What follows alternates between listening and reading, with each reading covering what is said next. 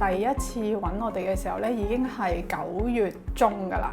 其實11月中咧就要 launch 呢棵樹啊，咁所以其實個時間會好 tight 啦。因為我哋睇咗佢個 brief 之後咧，佢棵樹只係一棵大概 around 2.3米嘅樹嚟嘅啫。咁同埋咧，佢上面嘅 elements 咧都係一啲紙嘅元素啦。機場嗰度咧，其實佢係有一啲防火嘅限制嘅。另一方面就係諗緊點樣可以轉化到一棵5米高嘅樹喺機場嗰度呈現出嚟咯。成棵樹除咗個支架之外咧，上面所有嘅裝飾物，即係啲花啊、蝴蝶嗰啲咧，都係用紙嚟做嘅。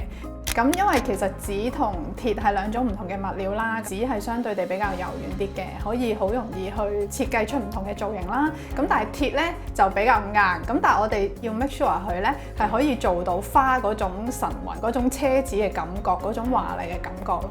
因為佢成棵樹裏邊咧有4-5種唔同嘅花，咁然後佢個 background 咧都有啲 die cut 嘅花紋嘅。我哋 Eventus 咧就好似一個花藝師咁，現場咧就幫佢插下啲花點樣擺先靚，都希望做出嚟嗰件事係會完美咯。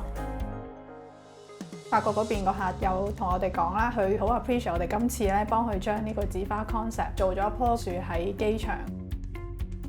咁到我哋真係開場之前嗰晚就拆咗棵頂啦。旅客入到嚟嘅時候咧，已經見到呢棵咁 bling bling 嘅聖誕樹咧，大家都好期待，係咁叫我哋幫佢影相啊。將 Dior 本身去紙花個 concept 咧，用咗另一個 material 去做啦。咁但係我哋依然 keep 到佢嗰種好華麗同埋好 elegant 嘅感覺咯。咁所以我哋都覺得好興奮。